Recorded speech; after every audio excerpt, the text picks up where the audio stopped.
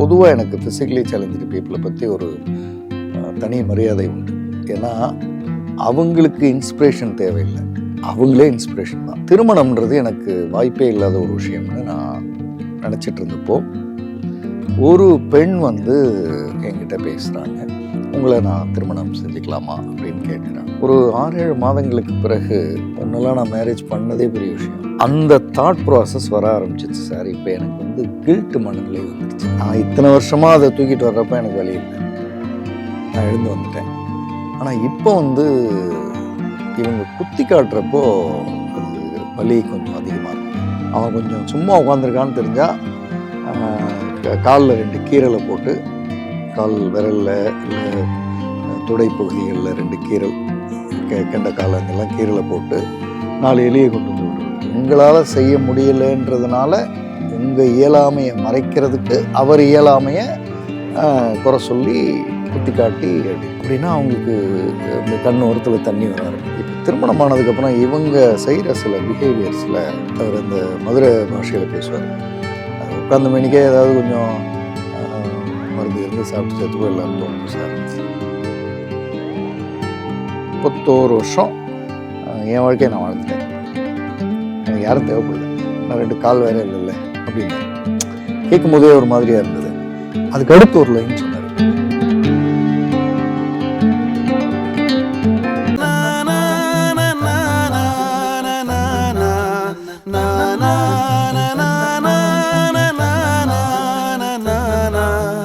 நக்கீரன் நேயர்களுக்கு வணக்கம். நான் விஜய் வீரசுதன். மனங்கள் வெஸ் மனிதர்கள் = கதைகளில் ஜெய்சன் சார் அவங்க கொடுத்த பல கவுன்சிலிங் பற்றி ஒவ்வொரு எபிசோட்லையும் பேசிகிட்டு இருக்காங்க. இன்றைக்கும் அதே மாதிரி ஒரு கவுன்சிலிங் பற்றி தான் பேச போகிறோம். வணக்கம். வணக்கம். எப்படி இருக்கீங்க? நல்லா இருக்கேன். பல மனங்களை பற்றி இங்கே உரையாடிக்கிட்டே இருக்கோம். ஆனால் உங்களுக்கு பல கால்ஸ் வந்திருக்கோம், அதை பற்றி என்ன சொல்கிறாங்க? ஃபீட்பேக் பின்னூட்டங்களில் முதல்ல அவங்க நன்றி சொல்கிறது என்டையர் நக்கீரன் டீமுக்கு. அதுக்கு காரணம் நம்ம பேசுகிற பிரச்சனை அவங்க ஃபேமிலியில் இருக்கான்னு தெரியல, ஆனால் நம்ம பேசுகிறதுனுடைய ஏதோ ஒரு வரி, ஏதோ ஒரு கருத்து, ஏதோ ஒரு லாஜிக் அவங்களுக்கு தேவைப்படுது. ஸோ அதனால் நிறைய பேர் இந்த டியூஸ்டே ஏன் வரல, அல்லது டியூஸ்டே இப்போ வந்துடும் அடுத்தது வருமே அப்படின்ற அளவுக்கு. ஆமாம், ஒரு அதாவது நான் எனக்கு இன்னும் இப்போ நான் சொல்ல போகிற மனிதர்களை நான் இன்னும் சந்திக்கலை, ஆனால் அந்த ஃபீட்பேக் மனசுக்கு நெகிழ்வாக இருந்தது. ஒரு கல்லூரியில் ஒரு பையன் தடம் மாறுறாரு. அப்போ அப்பா பிரின்ஸிபல்கிட்ட ஃபஸ்ட்டு ப்ரொஃபஸர்கிட்ட பேசுகிறாரு, அப்புறம் பிரின்ஸிபல்கிட்ட இந்த மாதிரி நடந்திருக்கு சார், பையனை என்ன பண்ணுறதுன்னு தெரியல அப்படின்னும்போது இந்த பிரின்ஸிபல் சொல்லியிருக்கார், நீங்கள் நக்கீரனில் போய் இந்த ஜெய்சன் ஒருத்தர் பேசுகிறாரு, நீங்கள் அதை பாருங்கள், பார்த்துட்டு நீங்கள் உங்கள் சன்னை அங்கே அவர்கிட்ட கூட்டிகிட்டு போங்க. ஓரளவுக்கு இந்த தலைமுறைக்கும் போன தலைமுறைக்குமான அந்த புரிதலை கரெக்டாக சொல்கிற மாதிரி எனக்கு படுது அப்படின்னு சொல்லி. அந்த பர்டிகுலர் பர்சன் வரல, மேபி அவங்களுக்கு ப்ராப்ளம் சால்வ் ஆகிருக்கலாம், என்னன்னு தெரியல. ஆனால் இதை இப்படி சொன்னாங்கன்ற தகவல் சொன்னார். இப்படி சொன்னாங்க, ரொம்ப சந்தோஷம், நான் உங்களை பார்க்கணும், என்னுடைய பையனோட பார்க்குறேன் அப்படின்ற ஒரு தகவல் வந்தது. அது மனதுக்கு ஒரு நிறைவாக இருந்தது. ஒரு காலேஜில் பிரின்ஸிபல் இந்த ப்ரோக்ராம் பார்க்குறாரு, அதை சஜஸ்ட் பண்ணுறாரு. அதாவது இந்த பசங்களுக்கு பிரச்சனைன்னும் போது நீங்கள் நக்கீரனில் போய் இதை பாருங்கள் அப்படின்னு சொல்கிறாரு. அந்தளவுக்கு இந்த மொத்த டீமுக்கும் இது க்ரெடிட் போகுது. இதுவே பெரிய வெற்றியாக நம்ம பார்க்கலாம். கண்டிப்பாக. இன்றைக்கி எந்த கவுன்சிலிங் பற்றி சார்? நம்ம நிறைய திருமணம் சார்ந்து பேசுகிறோம். அதில் ஃபிசிக்கலி சேலஞ்சு ஆண், நல்லா இருக்கிற பெண், இவங்களுக்குள்ளே நடக்கிற ஒரு திருமணம். இந்த ஃபிசிக்கலி சேலஞ்சு ஆண் தான் கவுன்சிலிங்க்கு வரார். எனக்கு இப்போ நான் நார்மலாக உங்களை பார்க்க வரணும் அப்படின்னும்போது எங்கேயோ நம்ம மீட் பண்ணுறதுன்றது நடக்கும். அப்போ நார்மலாக பார்ப்போம், பேசுவோம்னு. இது பார்த்தா ஃபிசிக்கலி சேலஞ்சு ஒருத்தர் உட்கார்ந்துருக்காருன்றது என்னன்னு தெரியல. சரி பார்ப்போம். ஏன்னா பொதுவாக எனக்கு ஃபிசிக்கலி சேலஞ்சு பீப்புளை பற்றி ஒரு தனி மரியாதை உண்டு. ஏன்னா அவங்களுக்கு இன்ஸ்பிரேஷன் தேவையில்லை, அவங்களே இன்ஸ்பிரேஷன் தான். அவங்க அவங்க இவ்வளவு பிரச்சனைகளுக்கு இடையிலையும் அவங்க எழுந்து நின்று வாழறதுன்றதே பெரிய விஷயம். ஸோ அவருக்கு 2 கால் வந்து ஃபங்க்ஷன் இல்லை. ஸோ அது மாதிரியான ஒரு சேலஞ்ச் உள்ள பர்சன். கையிலையும் ஒரு கை ஏதோ கொஞ்சம் சிரமம், பட் ஆனால் ஏதோ மேனேஜ் பண்ணுறாருன்ற மாதிரி.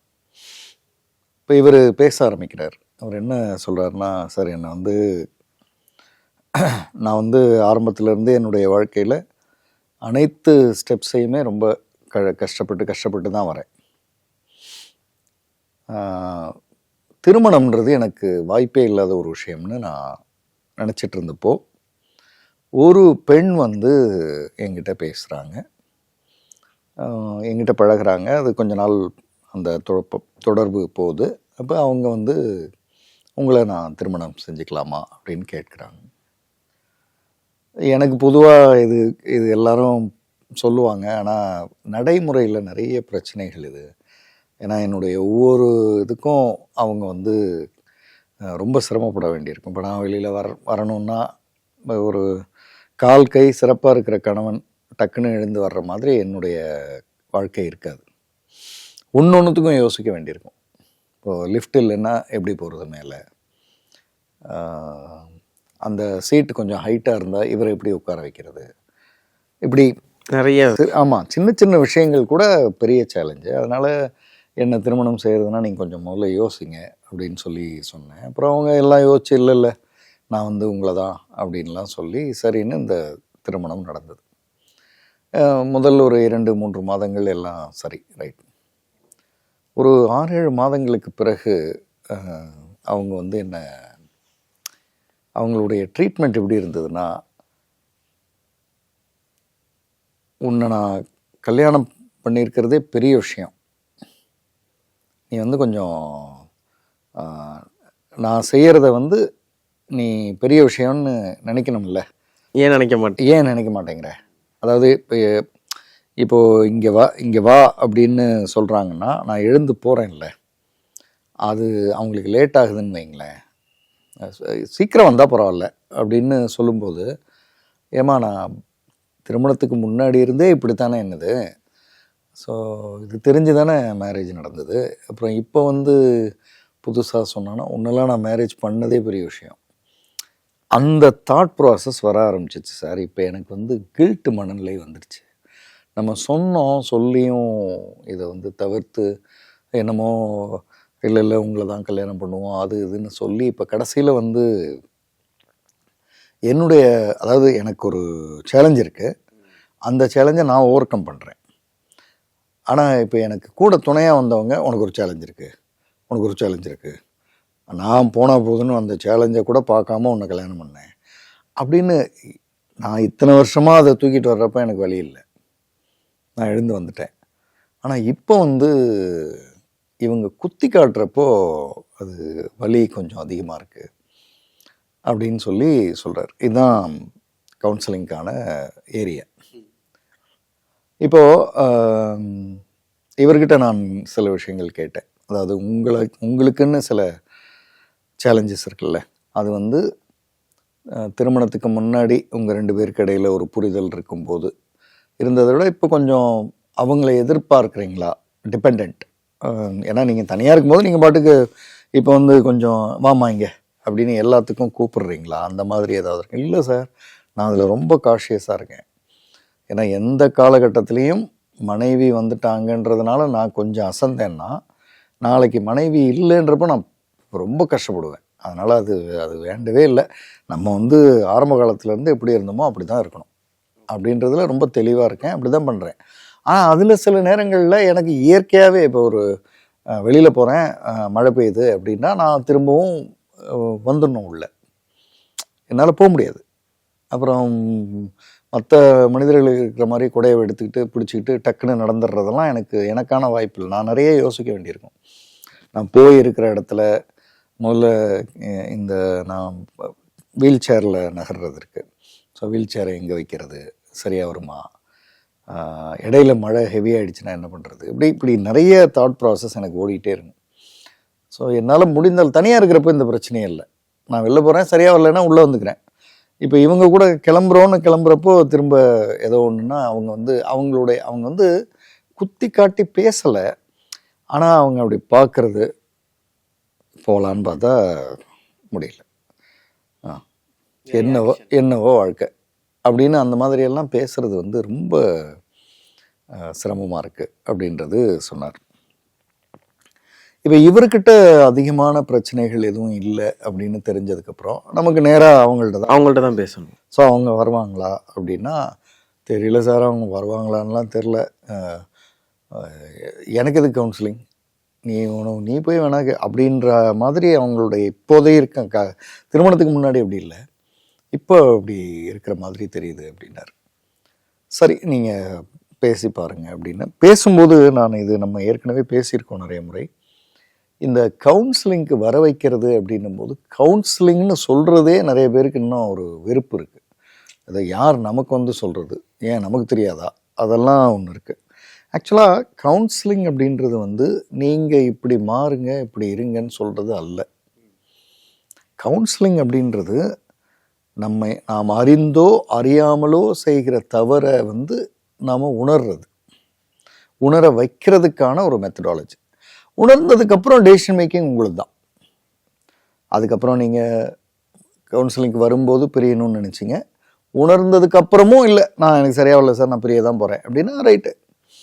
இல்லை உணர்ந்ததுக்கப்புறம் இப்போ யோசிச்சு பார்க்குறேன் சார், தப்பு என் மேலேயும் இருக்குது, நான் திருத்திக்கிறேன் அப்படின்னா இது எல்லாமே உங்கள் ஏரியா. இந்த உணர்தல்னு ஒன்று ரியலைசேஷன் மட்டும்தான் கவுன்சிலிங் செய்யுமே தவிர 2 பேரும் உட்காருங்க 2 பேரும் சேர்ந்து வாழுங்க அப்படின்றது பஞ்சாயத்து. நம்ம அதை செய்கிறதில்ல. அப்போ இவர்கிட்ட சொன்னேன், நீங்கள் வந்து நான் போனேன், என் பிரச்சனைகள்லாம் சொன்னேன், எனக்கு கிடைச்ச சில விஷயங்கள் நான் திருத்திக்கிறதுக்கு சரியாக இருக்குது. அது மாதிரி நீங்களும் போங்க, உங்கள் மனசில் இருக்கிறத சொல்லுங்கள். சொல்கிறது ஏதாவது சரியாக வந்தால் எடுத்துங்க, சரியாக வரலன்னா என்ன அதிகபட்சம் ஒரு 1-1.5 மணி நேரம் வேஸ்ட், அவ்வளோதானே, தூக்கி போட்டு வந்துடுங்க அப்படின்னு சொல்லியிருக்கீங்க. சொல்லுங்கள், அப்போ ஏதாவது வாய்ப்பு இருக்குது, அப்படி அவங்க வர்றதுக்கு வாய்ப்பு இருக்குதுன்னு சொன்னேன். அதே மாதிரி அவர் சொல்கிறாரு. அவங்க கொஞ்சம் யோசிக்கிறாங்க, அப்புறம் வந்தாங்க. அவங்க இப்போ இன்னாருடைய ஒய்ஃப் சார் ஏற்கனவே வந்திருந்தாங்கன்னு தான் வந்தாங்க. அப்போது பேசும்பொழுது அவங்க என்ன சொன்னாங்கன்னா, இல்லை சார் நம்ம வந்து ரொம்ப விருப்பப்பட்டு தான் கல்யாணம் பண்ணிக்கிட்டோம், அவர் இண்டிபெண்ட்டாக இருக்கிறவர் தான், அவர் ஒன்றும் இது இல்லை, நம்ம நிறைய எதிர்பார்ப்போம். அதாவது எதிர்பார்ப்போம்னா கல்யாணத்துக்கு பிறகு நம்ம மற்ற கணவர்கள் மாதிரி நமக்கு இருக்காது, பிரச்சனைகள் இருக்கும் அப்படின்னு தெரியும். ஆனால் அதையும் கடந்து சில பிரச்சனைகள்லாம் வரும்போது நமக்கு வந்து நம்ம பண்ணுறதே பெரிய விஷயம் அப்படின்ற அந்த தாட்டு அதில் தான் நான் பேசிடுறேன். அது நீங்கள் கேட்குறது கரெக்ட் தான், அது குறிப்பாக அந்த இடம் தான் கோவப்பட்டுறேன், அது அவருக்கு ரொம்ப வலிக்குது போல் இருக்குது அப்படின்னு சொன்னாங்க. அப்புறம் அவங்களே கேட்டாங்க, சார் நான் சரியாக தான் போகிறேண்ணா, நான் எங்கேயாவது தப்பு பண்ணுறேன்னா, ஏன்னா நான் உள்ளதே அப்படியே பேசுகிறேன் அப்படின்னாங்க. இப்போ தான் நான் அவங்களுக்கு பேச வேண்டிய இடம் வருது. ஸோ நான் என்ன சொன்னேன்னா, நீங்கள் வந்து திருமணம் செய்கிறதுக்கு முன்னாடி அவரை விரும்புகிறீங்க, அவர்கிட்ட சில சேலஞ்சஸ் இருக்குது, அதெல்லாம் பார்த்துக்கலான்னு நினைக்கிறீங்க. திருமணம் செய்ததுக்கு பிறகும் அவரை விரும்புகிறீங்க, அதில் எந்த மாற்றமும் இல்லை. இப்போ இந்த சேலஞ்சஸ்க்கு வந்து அவரை கல்யாணம் பண்ணதே பெருசு அப்படின்னு எந்த இடத்துல வருதுன்னா, அந்த சேலஞ்சஸ்க்கு தகுந்த மாதிரி நாம் மாறாமல் அவர் மாற்றிக்கணும்னு நினைக்கும் பொழுது, நான்லாம் உன்னை கல்யாணம் பண்ணதே பெரிய விஷயம், நீ கொஞ்சம் புரிஞ்சுட்டு வரக்கூடாதா அப்படின்னு கேட்குற மனநிலைக்கு போகிறது இருக்குல்ல. அப்போது நீ மாறக்கூடாதா அப்படின்றது, அல்லது குத்தி காட்டி பேசுறது, அல்லது உன்னெல்லாம் நான் வந்து கல்யாணம் பண்ணி வாழ்க்கை நடத்துகிறதே பெருசு அப்படின்னு சொல்லலை, ஆனால் நான் வெர்பல் பிஹேவியரில் ரொம்ப ஸ்ட்ராங்காக காட்டுறது. இது எல்லாத்துக்கும் அடிப்படையில் ஒரு விஷயம் என்னென்னா, அவருடைய இயலாமைக்கு தகுந்த மாதிரி நம்ம மாற்றிக்க தயாராக இல்லை அப்படின்னா அவங்களுக்கு இந்த கண் ஓரத்தில் தண்ணி வர ஆரம்பிக்குது. அப்போ நீங்கள் மாற்றிக்க தயாராக இல்லைன்றதை என்ன செய்கிறீங்கன்னா அது ரொம்ப கிளவராக வெளில காட்ட முடியாதுல்ல.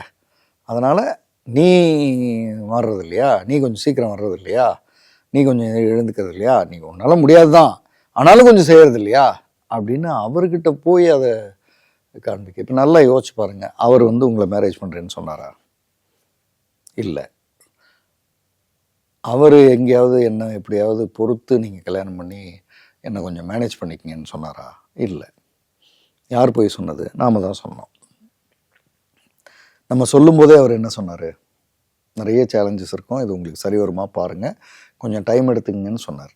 நீங்கள் டைம் எடுத்து யோசிச்சுட்டு அதுக்கப்புறம் தான் எஸ்ன்னு சொன்னீங்க. அப்படின்னா அந்த சேலஞ்சஸை சந்திக்கிறதுக்கு நீங்கள் தயாராகிட்டீங்க. அந்த சேலஞ்சஸை நீங்கள் நினச்ச மாதிரியோ அவர் நினச்ச மாதிரியோ சந்திக்க முடியாமல் கூட போகலாம். ஆனால் சரிங்க சார், அதுதான் சார் கரெக்டாக நீங்கள் சொல்லிட்டீங்க, அப்போ நான் என்ன சார் பண்ணணும் அப்படின்னு கேட்டாங்க. இப்போ என்ன பண்ணுறீங்கன்னா தான் இது சொன்னாங்க, குத்தி காட்டுறது அது இதெல்லாம். சரி, அப்போ என்ன சார் என்ன செய்யணும்னா, உங்கள் வேகத்துக்கு என்னால் இன்னும் ஈடு கொடுக்க முடியல, தயாராகிட்டுருக்கேன். அடுத்த முறை நீங்கள் எழுந்து வரும்போது நான் கொஞ்சம் வேகமாக வந்து உங்களை பிடிச்சிருவேன், உங்களுக்கு சப்போர்ட் பண்ணிடுவேன். அந்த லாங்குவேஜ் தானே தேவை. நீங்கள் அதை உங்களால் செய்ய முடியலைன்றதுனால உங்கள் இயலாமையை மறைக்கிறதுக்கு அவர் இயலாமையை குறை சொல்லி குத்தி காட்டி அப்படி இருக்கீங்க. என்னென்னா, அவர் வந்து கவுன்சிலிங்க்கு வந்து பேசும்போது ஒரு வார்த்தை சொன்னார். அவர் என்ன சொன்னார்னா, சார் எல்லாம் சொல்லிட்டேன், மாற்றிக்கணும், அவங்க மாறுவாங்களான்னு எனக்கு தெரியல, முதல்ல அவங்களுக்கு சொல்கிறதுக்கு எனக்கு தகுதி இருக்கான்னு தெரில, நான் 2 கால் வேற இல்லைல்ல அப்படின்னாரு. கேட்கும்போதே ஒரு மாதிரியாக இருந்தது. அதுக்கு அடுத்து ஒரு லைன் சொன்னார், தனியாக இருந்து கால் இல்லை அப்படி நம்ம இப்படி இருக்கோன்றப்போ வலிக்கும் சார், ஆனால் நம்ம நல்லா வந்துடணும் அப்படி எனக்குள்ளேயே நான் பேசிக்குவேன் சார். இப்போ திருமணம் ஆனதுக்கப்புறம் இவங்க செய்கிற சில பிஹேவியர்ஸில் அப்படியே இந்த சேர்லேயே இருக்கிற மாதிரி, ஏதாவது உட்காந்த மாதிரியே அவர் அந்த மதுரை பாஷையில் பேசுவார். அது உட்காந்த மணிக்கே ஏதாவது கொஞ்சம் மருந்து சாப்பிட்டு செத்து போயிடலான்னு தோணுது சார். ஏன்னா இத்தனை வருஷம் 31 வருஷம் என் வாழ்க்கையை நான் வாழ்ந்துட்டேன். எனக்கு யாரும் தேவைப்படல. நான் ஃபோன் பில் கட்டுறது கூட மெதுவாக அந்த வீல் அந்த அந்த வண்டி இருக்கு இல்லையா, அதில் அப்படியே வீல் சேர் அதில் உட்காந்து அப்படியே தள்ளி போய் அங்கே யாரோ ஒருத்தங்க எனக்கு உதவி பண்ணிடுவாங்க. யாரோ ஒருத்தங்க வருவாங்க, என்னன்னு கேட்பாங்க, இந்த மாதிரின்னு என்னை கூட்டிகிட்டு போய் எல்லாம் பண்ணி கொண்டு வந்துடுவேன். அவருக்கு நன்றி சொல்லுவேன், அவரு தேங்க்ஸ் சொல்லுவார், அதோடு வந்துடுவேன். அப்படி அழகாக வாழ்ந்துட்டு இருந்தேன். நமக்கு ஒருத்தங்க கூட ஆக்சுவலாக அவங்க வரப்போகிறாங்கன்னும் போது எனக்கு பயமாக இருந்தது. ஏன்னா காலையிலேருந்து நைட்டு வரை இவங்க எப்படி அதை மேனேஜ் பண்ணுவாங்க அது அப்படின்னு இருந்தது. ஆனால் அதை பண்ணிடுறேன் இதை பண்ணிடுறேன்னு வந்தாங்க. இப்போ பார்த்தா இந்த மாதிரி இருக்குது நான் வெர்பல். அதில் எனக்கு சமயத்தில் கை கட்டுற மாதிரி ஏதாவது மருந்து இருந்தால் அப்படியே சாப்பிட்டு போயிடலான்னு கூட தோணும். ஆனால் அப்படி ஆள் இல்லைண்ணா. 31 வருஷம் நான் எப்படி வாழ்ந்தேன் அப்படின்னு சொன்னார் மேடம். அதனால் கொஞ்சம் நீங்கள் யோசிக்க வேண்டிய இடம் இது அப்படின்னா இவங்க கண்ணில் இருந்து தனியாக வருது. இந்த வார்த்தை சொன்னதுக்கப்புறம் இன்னும் அதிகமாகுது. அதாவது அது அவங்களுக்கு தெரில, இந்த மாதிரி அவருக்கு சிந்தனை இருந்தது. இல்லை இவ்வளோலாம் நான் அவரை ஆமாம் மேடம், ஒரு மனிதனுக்கு மிகப்பெரிய இன்சல்ட் அப்படின்றது வந்து அவனுடைய இயலாமையை சொல்லி காட்டுறது கூட இல்லை, சொல்லாமலேயே அந்த அந்த நான் வெர்பல் பிஹேவியர்னு நான் சொல்வேன். டெக்னிக்கலாக பேசலை, ஆனால் அப்படி பார்க்கறது இருக்குல்ல, அது வந்து அதுக்கு அவனை வந்து கழுத்தில் கத்தி வச்சு ரெண்டு கீரல் போட்டுடலாம், அதுக்கு சமம். அது ஒன்று நல்லா பேசுங்க, இல்லை உங்க கூட வாழ முடியலன்னு சொல்லிட்டு போங்க, தப்பு இல்லை. இருந்துக்கிட்டே அவரை ஆமாம், அது வந்து அது சொல்லுவாங்க. அதாவது இந்த போர்லெல்லாம் எதிர்த்தரப்பு நாட்டு இராணுவ வீரர்கள் கிடைச்சாங்கன்னா முதல் தேவையே என்னன்னா, அவன் உயிரோடு இருக்கணும், ஆனால் சந்தோஷமாக இருக்கக்கூடாது. அவன் உயிரோடு இருப்பான், கண்ணை முழிச்சிட்டு இருப்பான், உயிர் இருக்கும், ஆனால் அவன் சந்தோஷமாக மட்டும் இருக்கவே கூடாது. அவன் கொஞ்சம் சும்மா உட்காந்துருக்கான்னு தெரிஞ்சால் காலில் 2 கீரலை போட்டு, கால் விரலில் இல்லை தொடை பகுதிகளில் 2 கீரல் கெண்ட காலங்கள்லாம் கீரையில் போட்டு 4 எலியை கொண்டு வந்து விடுறது, காலை கட்டிட்டு. உயிர் இருக்கணும், ஆனால் அவன் வந்து சந்தோஷமாக இருக்கக்கூடாது. அதுக்கும் இதுக்கும் என்ன மேடம் வித்தியாசம்னு கேட்டேன். அவருக்கு உயிர் இருக்குது, என்ன நீங்கள் வந்து கத்தி எடுத்துகிட்டு வந்து கோடு போடல, அவ்வளோதானே. மொத்தம் அவரை வந்து வார்த்தையாலேயே கொள்வது இருக்குல்ல. 2 ஆப்ஷன் தான் லைஃப்பில். ஒன்று பிடிச்சிருக்கா, முடியுதா, செய்யுங்க. முடியலையா, சார் நான் வேறு எதையோ நினச்சி வந்தேன், சரியாக இல்லை, நான் கிளம்புறேன், மன்னிச்சிங்கன்னு சொல்லிட்டு போயிருங்க. அதை அவருக்கு ஒரு 30 நாள் 40 நாள் ஷாக் இருக்கும். அதுக்கப்புறம் அவர் பாட்டுக்கு எந்திரிச்சு அவர் பாட்டுக்கு அவர் வேலையை பார்த்துருவார். அப்படின்னா ரொம்ப ஷிவஸ். அதாவது நான் நிறைய பேர் வந்து ஜஸ்டிஃபை பண்ணுவாங்க, வீம்பு பேசுவாங்க. அப்படி இல்லை இவங்க ஏதோ எங்கேயோ ஒரு அட்வான்டேஜ் இவங்க எடுத்துட்டாங்க. அதாவது நம்ம கல்யாணம் பண்ணதே பெரிய விஷயம் அப்படின்றது உள்ளே எங்கேயோ போயிடுச்சுது. என்னுடைய கணிப்பு சரின்னா அந்த சுற்றி இருக்கிறவங்க அடிக்கடி சொல்கிறதுல ஏறும். நீங்கள் அவரை கல்யாணம் பண்ணதே பெருசு அப்படின்னு சில பேர் பேசுவாங்கள்ல. அது நம்ம ரொம்ப கலோக்கியெல்லாம் சொல்லணுன்னா மண்டைக்குள்ளே ஏறி இருக்கும்.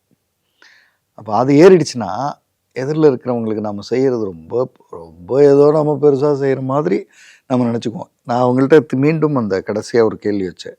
31 வருஷமாக அவர் வாழ்ந்தவர் தானே, வாழ முடியாமல் இன்னும் அவர் உங்கள்கிட்ட வந்து நீங்கள் ஏதோ அவரை வாழ வைக்க அப்படிலாம் இல்லைல்ல. நீங்கள் இல்லைன்னாலும் அவர் வாழ்வார். இன்னும் சரியாக சொல்லட்டுமா, நீங்கள் இல்லைன்னா இன்னும் நல்லா வாழ்வார் அவர். ஒன்று நீங்கள் இருந்தால் அவர் ஏற்கனவே வாழ்ந்ததை விட சிறப்பாக வாழ வைக்கிற மாதிரி முடியும்னா இருங்க, இல்லைன்னா பாய் சொல்லிட்டு கிளம்பிடுங்க. இல்லை நான் அப்படி தான் இருப்பேன் அப்படின்னா திடீர்னு ஒரு நாள் காலையில் அவர் இல்லைன்னு வைங்களேன், இப்போ அழறீங்க, இது காலம்புறா அழுவீங்க, ஆனால் உங்களுக்கு அந்த கில்ட் உங்களை விட போகிறதில்ல அப்படின்னு பேசினதுக்கப்புறம் புரியுது சார்ன்ட்டு போனாங்க. அப்புறம் ஒரு 2 மாதம் கழித்து வந்திருந்தாங்க, 2 பேரும் வந்தாங்க. அப்போது அவர் ரொம்ப வந்ததுமே அந்த சில தருணங்கள் வந்து கவுன்சிலிங்கில் வந்து நமக்கு கொஞ்சம் வார்த்தைகளே இல்லாமல் ஆனால் நம்மளை அசைச்சிரும். அவர் கிட்ட வந்ததும் அந்த சார் உங்கள் கை கொடுங்க அப்படின்னு பிடிச்சிட்டார். வேறு ஒன்றும் பேசலை, நானும் ஒன்றும் பேசலை. ரொம்ப சந்தோஷம் சார், நல்லாயிருக்கும் சார் அப்படின்னார். இவங்க கண்ணில் தண்ணியோடு நின்றுட்டு இருந்தாங்க. ஸோ அது அந்த ஒரு உணர்வே வந்து ரொம்ப மகிழ்வாக இருந்தது. அதாவது இது வந்து நான் இப்போ இவங்க ஃபிசிக்கலி சேலஞ்சுட்டு 2 கால் இல்லைன்னு ஒருத்தரை பற்றி பேசியிருக்கோம். இது மாதிரி சேலஞ்சாக இருக்கிற எத்தனையோ பேர் இருக்காங்க. அவங்கள வந்து மேரேஜ் பண்ணிக்கிற ஆண் பெண் 2 பக்கமும் வச்சுக்குவோம். ஒன்று கூட இருங்க, செய்ய முடிஞ்சதை செய்யுங்க. இல்லையா, என்னால் இதை செய்ய முடியாதுன்னு மன்னிப்பு கேட்டு போயிடுங்க. இல்லை நான் போயிட்டா யார் பாப்பா, இந்த கதையெல்லாம் வேண்டாம். நீங்கள் போயிட்டா யார் பாப்பான்றதை விட கொடுமை நீங்கள் பக்கத்தில் இருந்து பண்ணுறது. நீங்கள் போயிட்டா அது ஒரு அதிகபட்சம் 60 நாள் 70 நாள் அவர் எந்திரிச்சு வந்துடுவார், ஒன்றும் பெரியதில்லை. ஆனால் நீங்கள் பக்கத்தில் இருந்துக்கிட்டு பண்ணுறது இருக்குல்ல. இப்போ அவருக்கு வந்து நீ போகணுன்னு சொல்ல முடியாது, நீ இருன்னு சொல்ல முடியாது. அல்லது அது நான் மேல் ஃபீமேல் 2 பக்கமும் சொல்கிறேன். இப்போ எத்தனையோ ஆண்கள் பெண்களை இது மாதிரி திருமணம் செஞ்சுருப்பாங்க ஃபிசிக்கலி சேலஞ்சுடு. ஸோ அந்த ஏரியா கொஞ்சம் பார்த்துக்கணுன்றது நம்ம இப்போ பார்த்துட்ருக்கிறவங்களுக்கும் இதை சொல்லணுன்னு எனக்கு தோணுது. நான் நிறைய கவுன்சிலிங்கில் வித்தியாசமான அனுபவங்கள் எனக்கு உண்டு. நான் இந்த அனுபவம் வந்து எனக்கு கொஞ்சம் மனதுக்கு மிக அருகில் நிற்கிற ஒரு அனுபவம். நீங்கள் சொன்ன மாதிரி தான், இருந்து பார்த்துக்கணுன்னா பார்த்துங்க, இல்லைன்னா அவங்கள டிஸ்டர்ப் பண்ணாமல் போயிடுங்க அப்படிங்கிறது தான் இதோட முடிவான. மன்னிப்பு கேட்டு போயிடுங்கன்றேன். நான் ஏன் அந்த மன்னிப்பு கேட்டு போங்கன்னு சொல்கிறேன்னா, உங்களுக்கும் நம்ம மன்னிப்பு கேட்டு வந்துட்டோன்னு உங்களுக்கும் கில்ட் இருக்காது, நீங்கள் போய் அடுத்த வேலையை பார்க்கலாம். அவருக்கும் சரி முடியல மன்னிப்பு கேட்டு போயிட்டாங்க அப்படின்னு அவரும் அதை பெருசாக எடுக்கிறதில்ல. இந்த ஒரு லைன் சொல்ல முடியாததுக்கு ஒரு அதிகபட்சம் இது ஒரு 10 நிமிஷம் அவன் சொல்கிறதுக்கு, இதை சொல்ல முடியாததுக்கு 10 வருஷம் ஒரு ஆளை போட்டு பாடாப்படுத்துறதுன்றதை விட ஒரு 10 நிமிஷமோ 1/2 hour உட்காந்து இல்லைங்க என்னால் முடியல மன்னிச்சிருங்கன்னு காலையில் விழுந்து ஆசீர்வாதம் வாங்கிட்டு கிளம்பிடலாம், ஒரு தப்பும் இல்லை. பல பேர் பார்த்துட்டு இருக்கவங்களுக்கு இது ஒரு ஒரு உணர்வை வந்து ட்ரிகர் பண்ணி விட்ட மாதிரி இருக்கும். நன்றி சார். நன்றி சார். நக்கீரன் டிவிக்கு சப்ஸ்கிரைப் செய்யுங்கள். உங்கள் ஆதரவே எங்கள் பலம். ஆசிரியர்களுக்கு நண்பனாகவும் மாணவர்களுக்கு ஆசானாகவும் திகழும் தேர்வு வழிகாட்டி. ஒவ்வொரு பாடத்திற்கும் அனுபவமிக்க ஆசிரியர்களின் துல்லியமான தெளிவான விடைகள். CNC இருக்கு, தேர்வு பயம் எதற்கு? இது தீரன் பப்ளிஷிங் ஹவுஸ் விற்பனை வெளியீடு.